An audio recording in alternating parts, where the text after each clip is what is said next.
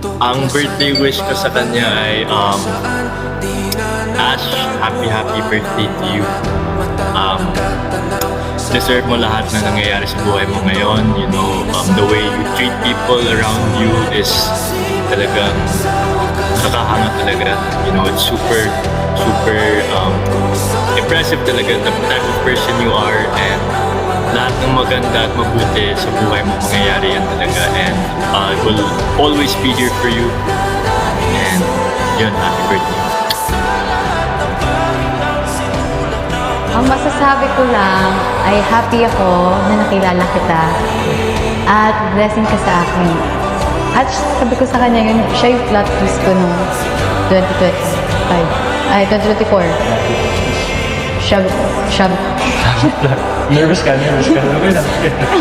Kakaya kaming ganito.